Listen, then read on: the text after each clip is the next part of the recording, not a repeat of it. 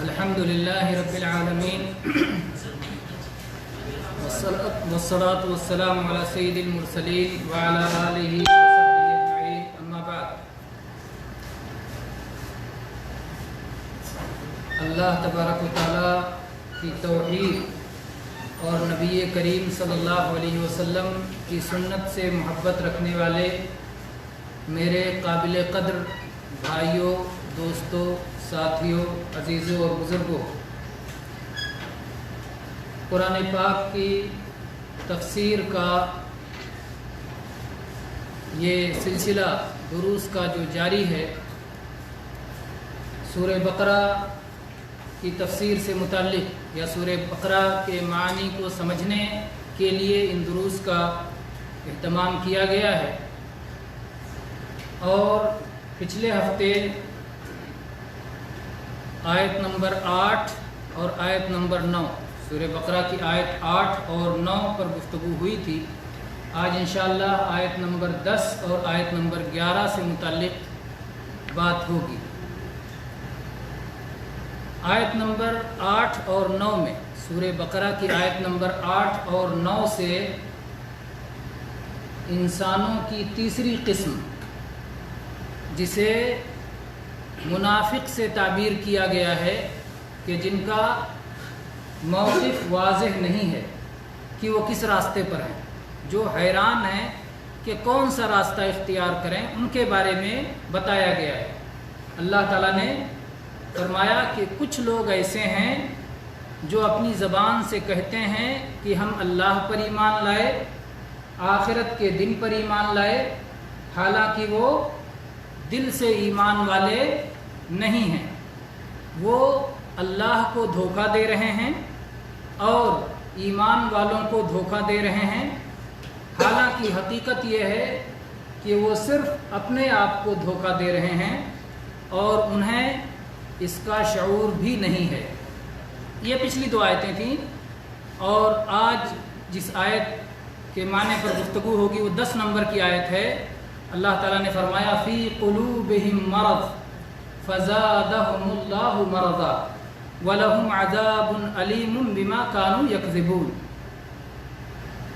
اسے ہم پہلے ترجمہ کر لیں، پھر اس پر غور کرتے ہیں۔ ان کے دلوں میں بیماری ہے، اللہ تعالیٰ نے ان کی بیماری کو اور بڑھا دیا اور ان کو دکھ دینے والا عذاب ہے، اس وجہ سے کہ وہ جھوٹ بولتے رہے ہیں۔ اللہ تعالیٰ نے فرمایا ان کے دلوں میں بیماری ہے۔ یہ منافقین کی صفات کا بیان چل رہا ہے۔ ہم کہہ سکتے ہیں کہ یہاں سے ایک نئی بات شروع ہو رہی ہے، اور یہ بھی کہہ سکتے ہیں کہ پچھلی بات سے اس کا رابطہ ہے۔ پچھلی بات سے اس کا رابطہ اس طرح ہے کہ جب اللہ تعالیٰ نے ان کے بارے میں بیان کیا کہ وہ لوگ اللہ کو دھوکہ دینا چاہتے ہیں، وہ لوگ ایمان والوں کو دھوکہ دینا چاہتے ہیں، تو خود بخود ایک سوال اٹھتا ہے کہ آخر کون ایسا احمق اور نادان شخص ہوگا جو اللہ کو دھوکہ دینا چاہے گا، جو دلوں کا حال جانتا ہے؟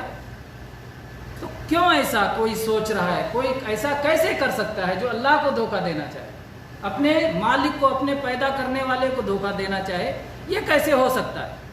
تو اللہ تعالیٰ نے اس کا جواب دیا کہ یہ حیرانی کی بات نہیں ہے، ان سے ہو سکتا ہے، کیونکہ فی قلوبہم مرض، ان کے دلوں میں بیماری ہے، ان کا دل تندرست نہیں ہے، ان کا دل صحت کی حالت میں نہیں ہے۔ جو صحت کی حالت میں ہوتا ہے اسے معلوم ہوتا ہے کہ پانی کا ذائقہ کیا ہے، اور بیمار ہوتا ہے تو اچھے میٹھے پانی کو بھی کہتا ہے کہ کڑوا ہے۔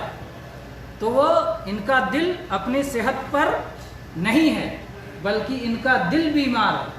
اللہ تعالیٰ نے پہلے یہ نہیں کہا بیماری ہے ان کے دلوں میں، اس طرح نہیں کہا، ان کے دلوں میں بیماری۔ یہ دل کا لفظ پہلے ذکر کیا تاکہ ہم اور آپ دل کی اہمیت کو سمجھیں۔ دل بہت اہم ہے، دل کے تندرست رہنے کے اپنے فائدے ہیں اور دل کے بیمار رہنے کے اپنے نقصانات ہیں۔ اسی لیے جناب محمد رسول اللہ صلی اللہ علیہ وسلم نے فرمایا ہے الا ان فی الجسد مضغہ اذا صلحت صلح الجسد کلہ واذا فسدت فسد الجسد کلہ، الا وہی القلب، سن لو تمہارے بدن میں گوشت کا ایک ٹکڑا ہے، اگر وہ سدھر جائے پورا جسم سدھر جائے گا، اگر وہ ٹکڑا بگڑ جائے پورا جسم بگڑ جائے گا۔ جانتے ہو گوشت کا ٹکڑا کیا ہے؟ وہ دل ہے۔ دل کا کام کیا ہوتا ہے؟ کیسے پتا چلے گا دل تندرست ہے؟ کیسے پتا چلے گا دل بیمار ہے؟ دل کا کام ہوتا ہے کسی چیز کا ارادہ کرنا، دل کا کام ہوتا ہے کسی چیز کو چاہنا، دل کا ارادہ ہوتا ہے کسی چیز کو پسند کرنا، دل کا کام ہوتا ہے کسی چیز سے نفرت کرنا، کسی چیز سے محبت کرنا، یہ دل کا کام ہوتا ہے۔ اگر دل اپنا کام صحیح طور پہ کر رہا ہے، یعنی دل اس چیز کا ارادہ کر رہا ہے جس کا ارادہ کرنا چاہیے، اگر دل نیکی کا ارادہ کر رہا ہے، اگر دل خیر کا ارادہ کر رہا ہے، اگر دل بھلائی کا ارادہ کر رہا ہے، اگر دل کو نیکی سے محبت ہے، اگر دل کو نیکی کی چاہت ہے، تو اس کا مطلب دل سلامت ہے، اس کا مطلب دل محفوظ ہے، اس کا مطلب دل تندرست ہے۔ اس کے برخلاف اگر دل برائی کا ارادہ کر رہا ہے، برائی کی تلاش میں رہتا ہے، برائی کو چاہتا ہے، برائی سے نفرت کرنے کے بجائے برائی ہی سے محبت کرتا ہے، تو اس کا مطلب دل تندرستی سے ہٹ چکا ہے، دل سلامتی سے ہٹ چکا ہے، دل میں بیماری آ گئی ہے، دل میں بیماری نے جڑ پکڑ لیا ہے۔ اور بیماری ہو تو کیا کرنا چاہیے؟ چھوڑ دینا چاہیے، علاج کرنا چاہیے، بیماری کا علاج کرنا چاہیے۔ اگر کسی کے یہاں کوئی بیماری آ جائے اور وہ اس بیماری کا علاج نہ کرے تو بیماری بڑھے گی کہ گھٹے گی؟ بیماری بڑھے گی، یہ اللہ کا اصول ہے اس کائنات میں۔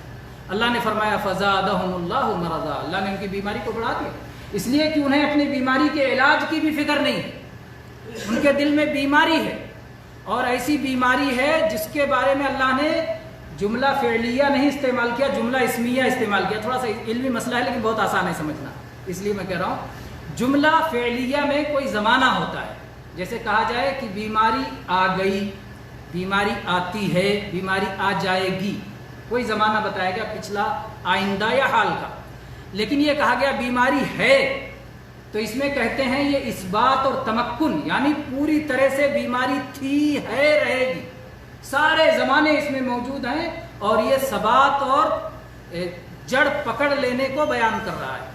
تو اللہ نے فرمایا فی قلوبہم مرض، ان کے دل میں بیماری پڑی ہوئی ہے، بیماری جڑ پکڑے ہوئے ہے، اور اس کے بعد بھی بیماری چونکہ ایسی ہے جس کو یہ چھپاتے ہیں۔ نفاق منافق کیا کرتا ہے؟ اپنی بیماری دکھاتا ہے کہ چھپاتا ہے؟ تندرست ظاہر کرتا ہے اپنے آپ کو، ایمان والوں میں کہتا ہے میں ایمان والا ہوں، اور جب چھپا رہتا ہے تو کہتا ہے نہیں تو میں کفر والا ہوں، میں تو کچھ نہیں مانتا، میں یہ سب کا انکار کرتا ہوں، تو اپنی بیماری کو چھپاتا ہے۔ تو جو شخص بیماری کو چھپائے گا، جس کا کسی کو علم نہیں ہوگا، تو اس کے علاج کیسے ہوگا؟ اس لیے اس کے علاج کی نہ اسے اپنے طور پر کوئی فکر ہے، نہ اسے کوئی رہنمائی کر سکتا ہے کہ تم علاج کر لو، بتا لو، تو وہ علاج ہو نہیں پا رہا ہے، اس لیے اس کی بیماری اللہ تبارک و تعالیٰ کا جو اس کائنات میں نظام ہے، قانون ہے، اس کے اعتبار سے اس کی بیماری بڑھتی ہی چلی جاتی ہے، ہر اگلے دن میں تھوڑی سی بڑھ گئی، ہر اگلے دن میں تھوڑی سی بڑھ گئی، یہاں تک کہ بیماری بڑھتی چلی جاتی ہے، اور ایک دن یہ نوبت آتی ہے کہ یہ کس چیز کی بیماری ہے؟ دل کی، تو بیماری سے بعد دل کی موت ہو جاتی ہے، اور موت ہو جانے کے بعد پھر اصلاح کی بھی توقع نہیں، ختم ہو گیا معاملہ، ختم ہے۔ جب موت ہو گئی، بیماری کا علاج تب تک ہے جب تک زندگی ہے، جو زندگی ہی نہیں تو پھر علاج کیسا؟ تو اس لیے اس بیماری کا، اگر کسی کے یہاں نفاق کی بیماری ہے، نفاق کی بیماری میں ہوتا کیا ہے؟ نفاق میں دو طرح کی بیماری ہوتی ہے، ابھی میں نے کہا کہ دل کا کام کیا ہے؟ ارادہ کرنا ہے نا، تو دو طرح کی بیماری علماء کہتے ہیں، ایک شبہات اور ایک شہوات، ایک ہے شک و شبہے کی بیماری اور ایک ہے خواہشات کی بیماری۔ شک و شبہے کی بیماری کیا ہے؟ شک و شبہے کی بیماری یہ ہے کہ آدمی کو اصل حقیقت کا علم نہ ہو، ہے نا، اس پانی کے بارے میں کہ پتہ نہیں پانی پیوں گا تو اس سے میرے کلیجے میں ٹھنڈک ملے گی کہ گرمی ملے گی کہ مجھے فائدہ ہوگا کہ نقصان ہوگا، اسے علم ہی نہیں، شک میں پڑا ہوا ہے نا۔ ایک ہے کہ شک میں پڑا ہوا ہے، تو جب شک میں پڑا ہوا ہے تو کیا عمل کرے، اس میں بھی تردد رہے گا۔ جس کا علم فاسد اس کا ارادہ بھی اسی حساب سے ہوگا کہ کیا ارادہ کرے. ارادہ ہی نہیں بنے گا, پہلے علم درست کرنا چاہیے. تو یہ ہے شک و شبہے کی بیماری کہ جس کے پاس صحیح علم نہیں ہے. تو یہ ہے بیماری کس کی؟ شک و شبہے کی, کہ جس کے پاس حقیقت کا علم نہیں ہے, جس کے پاس یقین نہیں ہے, جو شک و شبہ میں حیران و پریشان ہے. یہ ایک بیماری ہو گئی نفاق کی. دوسری بیماری جس کو کہتے ہیں خواہشات کی بیماری, کہ علم تو ہے لیکن علم کے مطابق ارادہ نہیں ہے. جانتا ہے کہ یہ میرے لیے مفید ہے لیکن پھر بھی استعمال نہیں کرتا. جانتا ہے کہ یہ میرے لیے نقصان دہ ہے لیکن پھر بھی کرتا رہتا ہے. یعنی علم ہے لیکن علم کا خلاف کر رہا ہے. کیوں؟ اس لیے کہ خواہش آگے آ جاتی ہے, نفس آگے آ جاتا ہے, اس کا اپنا برائی کا جذبہ آگے آ جاتا ہے, اس کے اندر وہ دور اندیشی, وہ سوچ, وہ فکر نہیں ہے, کیونکہ دل تندرست نہیں ہے. اگر دل تندرست ہوتا تو صحیح ارادے پر لگاتا. تو صحیح علم نہ ہونا یہ ایک بیماری, جہالت کی بیماری, جاہلیت کی بیماری, حق نہ جاننے کی بیماری, اندھیرے میں رہنے کی بیماری. اور دوسرا کہ علم ہونے کے باوجود حق کو اختیار نہ کرنے کی بیماری. اجالے میں ہے, دیکھ رہا ہے, پہچان رہا ہے, سمجھ رہا ہے, اس کے باوجود حق کو قبول نہیں کر رہا ہے. تو یہ دو بیماریاں ہوتی ہیں, ان کو کہا جاتا ہے شک و شبہے کی بیماری یا پھر خواہشات کی بیماری. اس کو کہتے ہیں شبہات اور شہوات. میرے خیال سے واضح ہے یہ دو. جب بیماری کی تشخیص ہو گئی تو علاج آسان ہو گیا. اگر شک و شبہ کی بیماری ہے تو اس کو کیسے دور کیا جا سکتا ہے؟ علم کے ذریعے. علم کے ذریعے آپ کو پتہ نہیں ہے کہ یہ پانی میرے لیے مفید ہے یا نقصان دہ, تو آپ ایسی جگہ سے علم حاصل کریں جس سے پتہ چلے کہ یہ پانی آپ کے لیے مفید ہے. کتنا پینا مفید ہے, کتنا پینا نقصان دہ. کم پئیں گے تو کیا ہوگا, زیادہ پی لیں گے تو کیا ہوگا, برابر پئیں گے تو کیا ہوگا, ہے نا. تو اس کا علم حاصل کریں ایسی جگہ سے جہاں سے آپ کو صحیح علم ملتا ہو, جہاں سے آپ کو صحیح بات, صحیح معلومات اور رائٹ انفارمیشن جہاں سے آپ کو مل جائے وہ لے لیجیے آپ. اگر علم میں خرابی ہے, اگر شک و شبہ ہے, اور اگر علم ٹھیک ٹھاک ہے اور اس کے باوجود عمل پہ دل نہیں آ رہا ہے, تو اس کا مطلب کیا ہے؟ خواہشات. خواہشات کا علاج کیا ہے؟ واعظ, ترغیب, ترہیب. دل آمادہ نہیں ہو رہا ہے, دل میں شوق نہیں پیدا ہو رہا ہے, دل میں ہمت نہیں ہو رہی ہے, دل میں تڑپ نہیں ہے, دل میں لگن نہیں ہے. تو کون سی چیز یہ تڑپ پیدا کرے گی؟ کون سی چیز یہ لگن پیدا کرے گی؟ کون سی چیز اس چیلنج کو قبول کرنے کے لیے آپ کے اندر بہادری پیدا کرے گی؟ کون سی چیز ہو سکتی ہے؟ اس کا فائدہ آپ کو گویا نہیں معلوم ہے یا فائدے پہ یقین نہیں ہے, تو اس کے فائدہ سنیں اور اس فائدے پر یقین کر کے اس پر عمل. ایک چیز. دوسری چیز, نقصان جانے اور نقصان سے بچنے کے لیے تیار ہو. پتہ چلے اس کا کیا نقصان ہے, اس کی کیا سزا ہے, اس کا کیا جو ہے آگے چل کر کے کیا مصیبت آنے والی ہے اس کی وجہ سے. اگر آدمی کو مصیبت کا پتہ چل جائے, سزا کا پتہ چل جائے, نقصان کا پتہ چل جائے, تو پھر آدمی اس سے بچے گا. تو یہ شہوت کا علاج ہے. پتہ چل جائے یہ کام کروں گا تو یہ سزا ملے گی, پیچھے ہٹ جائے, ہے نا. تو یہ ہے اس کا علاج. شہوات ہیں تو سزا اور جزا کا علم ہو, واعظ کیا جائے, نصیحت کیا جائے, ڈرایا جائے, خوشخبری سنایا جائے. تو اللہ تعالیٰ نے فرمایا فی قلوبہم مرض, ان کے دلوں میں بیماری ہے. فزادہم اللہ مرضا, اللہ نے اس کی بیماری, ان کی بیماری کو بڑھا دیا. اللہ نے ان کی بیماری کو ظلمن نہیں بڑھایا کہ اللہ نے ان پہ کوئی ظلم کیا ہے, بلکہ ان کی بیماری کو اللہ نے بڑھایا ان کے اپنے کرتوت کی بنا پر, کیونکہ وہ علاج نہیں کر رہے ہیں, اس لیے بیماری بڑھ گئی. اللہ نے دنیا میں, ساری دنیا میں اللہ نے یہی نظام رکھا ہے. اسی لیے ان پر جو ان کی بیماری بڑھی تو ان کے اپنے کرتوت کی وجہ سے ہے. اللہ نے ان پر کسی طرح کا ظلم نہیں کیا ہے, اللہ نے پوری طرح سے عدل کیا ہے. وَلَهُمْ عَذَابٌ عَلِيمٌ بِمَا كَانُوا يَكْذِبُونَ, اور ان کے لیے دردناک عذاب ہے. عذاب کس کو کہتے ہیں؟ سزا کو. اور دردناک کس کو کہتے ہیں؟ دردناک یعنی دکھ پہنچانے والا. دکھ پہنچانا, کیسے دکھ پہنچتا ہے؟ ایک ایک چیز پہ غور کرتا ہے بندہ تو بات سمجھ میں آتی ہے. دکھ کیسے پہنچتا ہے؟ یا تو ایک بار ہی چوٹ پڑے اور اتنی زبردست طاقت کے ساتھ چوٹ پڑے کہ دکھ ہو جائے، ہے نا؟ پوری طاقت کے ساتھ آپ کو چوٹ ماری گئی تو ایک ہی بار میں دکھ پہنچ جائے گا، درد پہنچ جائے گا. اور یا ایک ہی بار تو نہیں مارا گیا لیکن دھیرے دھیرے ایسی مار ماری گئی جس میں زیادہ چوٹ تو نہیں ہے لیکن دھیرے دھیرے دھیرے دھیرے دیر تک مار ماری گئی یہاں تک کہ درد ہونے لگا. اتنا مارو اتنا مارو اتنا مارو کہ درد ہونے. تو اللہ نے کہا درد دینے والا، دکھ دینے والا عذاب ہے جو سخت بھی ہوگا، دیر تک بھی ہوگا، جس کے دکھ سے وہ بچے نہیں رہیں گے. اس دکھ کو جب یاد کرے گا بندہ تو بیماری کا علاج کرے گا.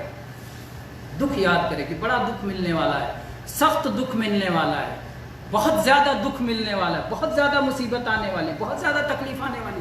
اس کو سامنے رکھے تو پھر وہ اپنی بیماری کا علاج کرے گا. اللہ نے فرمایا وَلَهُمْ عَذَابٌ أَلِيمٌ، ان کے لیے بڑا دردناک عذاب ہے، بڑی دردناک سزا ہے، بہت تکلیف دہ سزا ہے.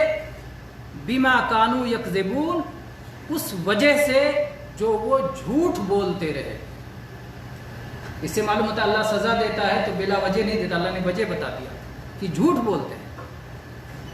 یکذبون، اور ایک قرات اس کی ہے یکذبون، جو جھٹلاتے رہیں. تو ان کے ہاں دونوں عیب ہیں. وہ خود بھی جھوٹ بولتے ہیں، زبان سے بولتے ہیں ہم ایمان لائے اور دل میں کیا ہے نہیں مانتے. زبان سے کہتے ہیں ہم نے مان لیا، دل میں نہیں مانتے. تو جھوٹ بھی بول رہے ہیں اور جھٹلا بھی رہے ہیں. قرآن کو کہتے ہیں سچی کتاب نہیں، محمد صلی اللہ علیہ وسلم کہتے ہیں سچے رسول نہیں، اللہ کو سچا مالک نہیں، جنت جہنم برحق نہیں. تو جھٹلا بھی رہے ہیں اور جھوٹ بھی بول رہے ہیں، دونوں عیب ان کے اندر. اور جھوٹ ایسی چیز ہے جو اللہ تبارک و تعالیٰ کو سخت ناپسند ہے. اللہ کے نبی کریم صلی اللہ علیہ وسلم کو سخت ناپسند تھی. انسانی اخلاق میں جھوٹ انتہائی بدترین اخلاق ہے. اللہ تبارک و تعالیٰ نے سچوں کے ساتھ ہمیں رہنے کا حکم دیا ہے اور جھوٹ کو منافقین کی نشانیوں میں سے ایک نشانی بتائی گئی. اللہ کے نبی صلی اللہ علیہ وسلم فرمایا کہ منافقوں کی 3 نشانی ہے. آیت المنافق ثلاث اذا حدث کذب، منافق کی نشانی یہ ہے جب بات کرتا ہے تو جھوٹ بولتا ہے، حقیقت کے مطابق بات نہیں کرتا، حقیقت کے خلاف باتیں کرتا ہے، جھوٹ بولتا ہے. تو جھوٹ اللہ کو سخت ناپسند ہے. اسی لیے اللہ نے کہا کہ ان کے دلوں میں جو نفاق پڑ گیا ہے، جو بیماری پڑ گئی ہے، وہ جھوٹ کا نتیجہ ہے. اس لیے جھوٹ سے انسان کو بہت دور رہنا چاہیے. جھوٹ انسان کو بہت بڑی تباہی کی طرف لے کے جاتا ہے. اور اس جھوٹ میں سب سے بڑا جھوٹ کون ہے جانتے ہیں؟ سب سے بڑا جھوٹ وہ ہے جو اللہ کے نام پہ باندھا ہے. پیدا کرنے والا مالک، اس نے آپ کو کوئی بات نہیں بتائی، آپ کہیں اس نے بتائی. کسی کو اللہ نے اپنا رسول نہیں بنایا، وہ کہے اللہ نے مجھے اپنا رسول بنایا. کسی کو اللہ نے کسی کام کو حلال نہیں کیا، کوئی اپنی طرف سے گڑھ کے کہے اللہ نے حلال کیا، حالانکہ اللہ نے حلال نہیں کیا. کہے اللہ نے حرام کیا، حالانکہ اللہ نے حرام نہیں کیا. اللہ تعالیٰ نے قرآن پاک میں فرمایا وَلَا تَقُولُوا لِمَا تَصِفُ أَلْسِنَتُكُمُ الْكَذِبَ هَذَا حَلَالٌ وَهَذَا حَرَامٌ. اپنی زبان سے جھوٹ موٹ یہ نہ کہا کرو یہ حلال ہے یہ حرام تاکہ اللہ پہ جھوٹ باندھو. نہیں، اللہ نے حلال کیا ہو تو کہو حلال ہے، اللہ نے حرام کیا ہو تو کہو حرام ہے. اللہ تبارک تعالیٰ نے فرمایا وَلَا تَقْفُ مَا لَيْسَ لَكَ بِهِ عِلْمٌ. جس چیز کا تمہارے پاس علم نہیں ہے اس کے پیچھے مت بھاگو. علم ہے، علم کے مطابق بات کہو. میرے بھائی یہ بہت بڑی آفت ہے. لوگ کہتے ہیں کہ اگر وہ لوگ جن کے پاس علم نہیں ہے وہ چپ ہو جائیں تو بہت بڑا خیر ہو جائے.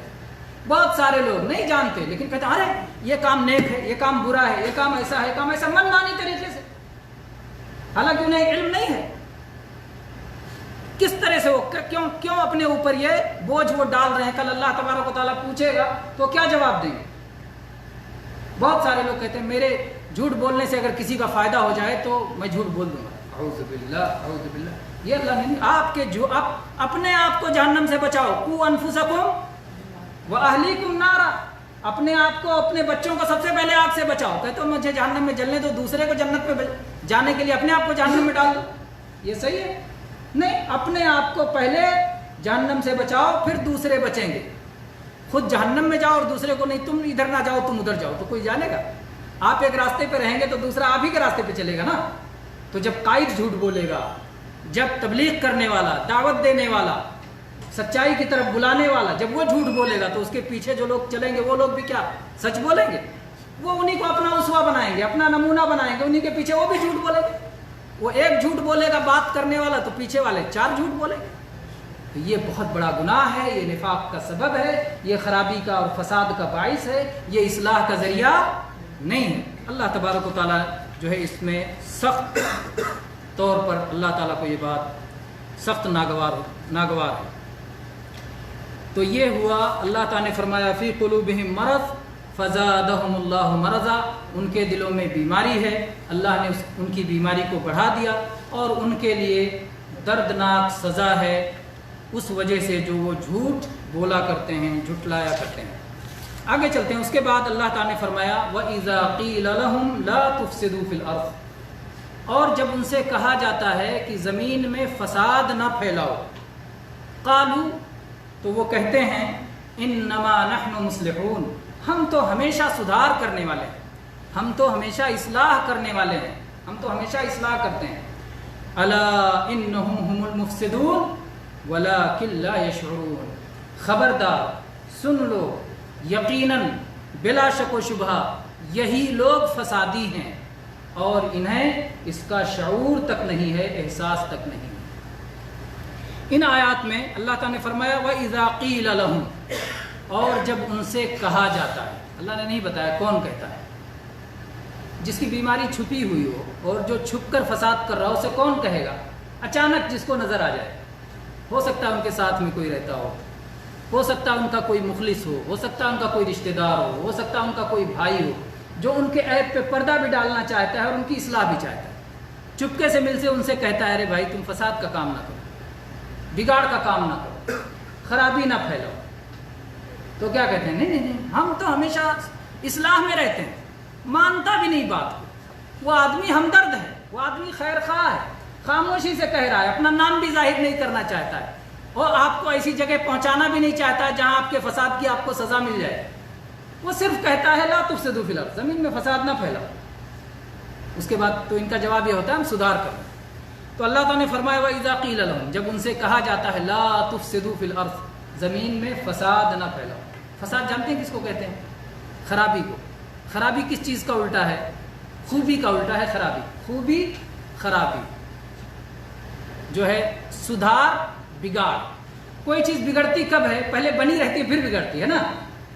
یہ پانی ہے اچھا خاصا، اس میں لا کے کوئی ایسی چیز ڈال دے جس سے پانی خراب ہو جائے تو کیا کہیں گے ارے بھائی پانی خراب نہ کرو۔ آپ نے دیکھ لیا کسی کو پانی خراب کرتے ہوئے تو کہیں گے ارے بھائی پانی ٹھیک ٹھاک ہے کیوں خراب کر رہے ہو؟ پانی خراب نہ کرو، مت خراب کرو۔ تو مطلب پہلے ٹھیک تھی۔ اس دنیا میں اصل کیا ہے؟ اصلاح اللہ تعالیٰ کی طرف سے۔ اللہ تعالیٰ نے ہمارے دلوں میں کیا رکھا ہے؟ اصلاح۔ ہمارے دلوں میں کیا رکھا ہے؟ صحیح پہ قائم رہنا۔ فطرت پہ ہے سارے لوگ۔ اللہ نے پوری انسانیت کو کس پہ پیدا کیا؟ فطرت پہ پیدا کیا، سلامتی پہ پیدا کیا، اسلام پہ پیدا کیا، ایمان پہ پیدا کیا۔ اس کے بعد بگاڑ آتا ہے۔ بگاڑ اصل میں نہیں ہے، بگاڑ بعد میں۔ لا تفسدوا فی الارض، بگاڑ نہ کرو، فساد نہ کرو، خرابی نہ کرو، جبکہ ٹھیک ٹھاک معاملہ چل رہا ہے زمین میں۔ فی الارض، زمین کے اندر فساد نہ پھیلاؤ۔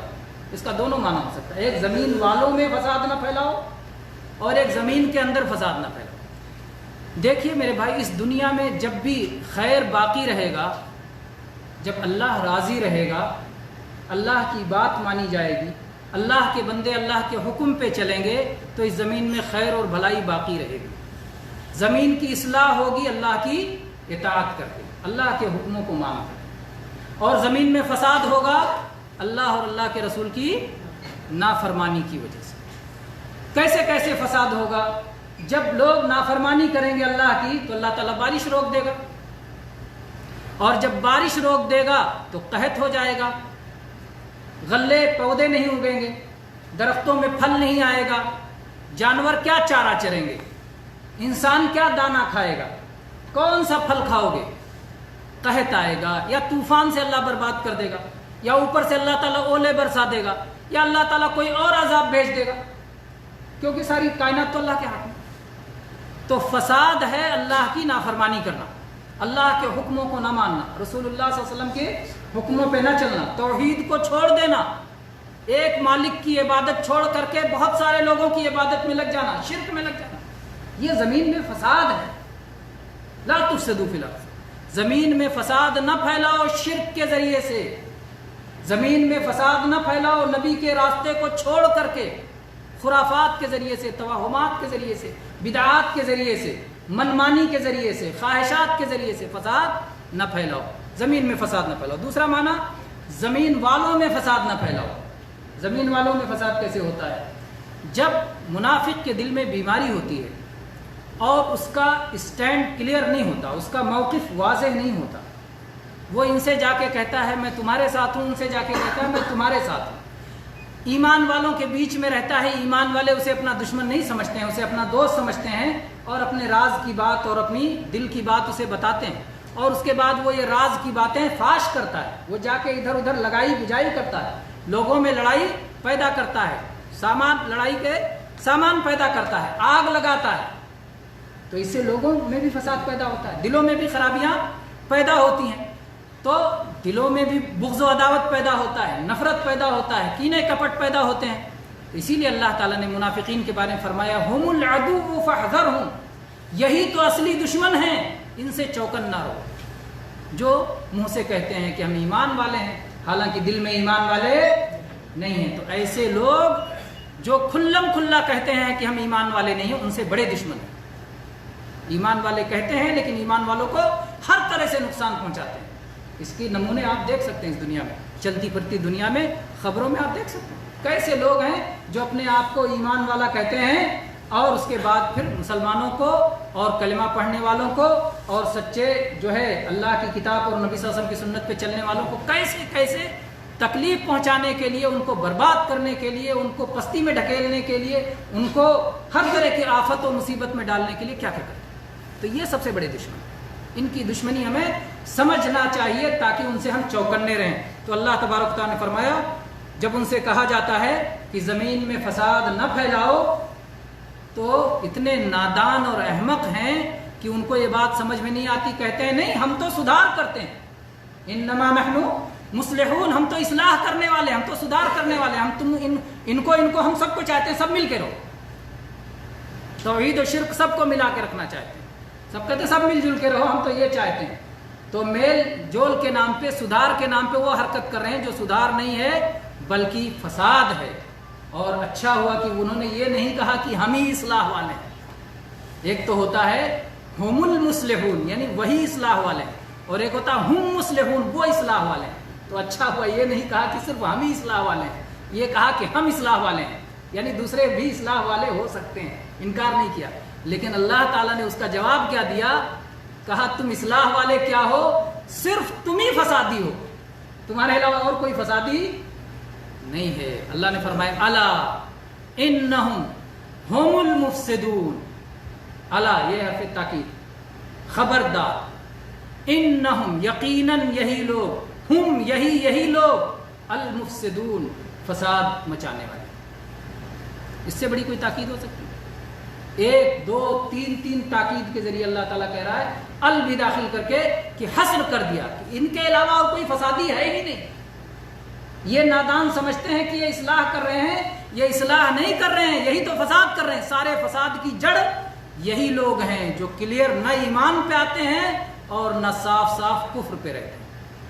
تمہیں کو ایمان پہ نہیں رہنا ہے، کفر پہ رہو، صاف صاف کفر پہ نہیں رہنا ہے، ایمان سمجھ گئی، ایمان کی سچائی سمجھ گئی، ایمان پہ رہو صاف صاف۔ ایمان اور کفر کے بیچ میں جو لٹک رہے ہو، جھولا جھول رہے ہو، تو نہ ایسا کرو اور نہ ایسا کرو۔ بہرحال اللہ نے فرمایا کہ یہی لوگ فسادی ہیں لیکن ان کو اس کا شعور بھی نہیں ہے۔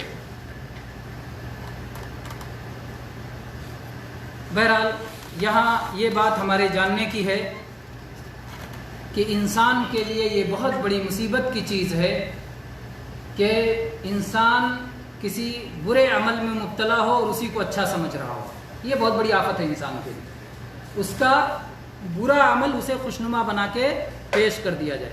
تو بعض منافقین ایسے ہی ہوتے ہیں کہ وہ اپنے نفاق کو، اپنے فساد ہی کو اصلاح سمجھ رہے ہیں، یہ ان کے لیے بہت بڑی آفت ہے۔ اللہ تبارک و تعالی ہم سب کو ایسی آفت سے محفوظ رکھے۔ اسی طرح سے یہ جاننا چاہیے کہ ایک ایمان والا بہت دور اندیش ہوتا ہے. یہ تھوڑی سی اصلاح جو ممکن ہے تھوڑی دیر کے لیے اصلاح سمجھ میں آئے، لیکن اللہ کے سامنے وہ فساد کا موجب ہے، تو ایسے اصلاح کو وہ فساد ہی سمجھتا ہے، اصلاح نہیں سمجھتا ہے. اسی طرح سے اس سے یہ بات بھی معلوم ہوتی ہے کہ ہر دعوے دار کی بات کو قبول نہیں کر لیا جائے گا. دعویٰ کیا ہے منافقوں کا؟ ہم لوگ اصلاح کرنے والے ہیں. اللہ نے ان کا دعویٰ رد کر دیا، جھٹلا دیا کہ تم اصلاح کرنے والے نہیں ہو.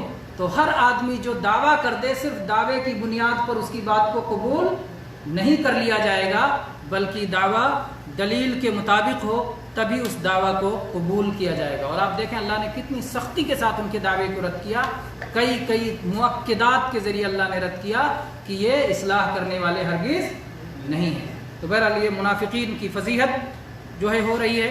اس طرح سے آدمی کو اپنے اندر کی جو خرابی ہے اس کی اصلاح کا بھی جو ہے موقع مل رہا ہے. آدمی اپنے اندر بھی جانچے کہیں میرے اندر بھی کوئی اس طرح کی خرابی تو نہیں آ رہی ہے جس کی مجھے اصلاح کی ضرورت ہے، تو ان کی اصلاح ہمیں کرنا چاہیے. انشاءاللہ پھر آگے ہم کچھ منافقین کی اور بھی صفات پڑھیں گے. آپ کو یہ معلوم ہے کہ 13 آیتوں میں اللہ تعالیٰ نے منافقین کی صفات کو بتایا ہے. ہم نے آج 3 آیتیں پڑھیں.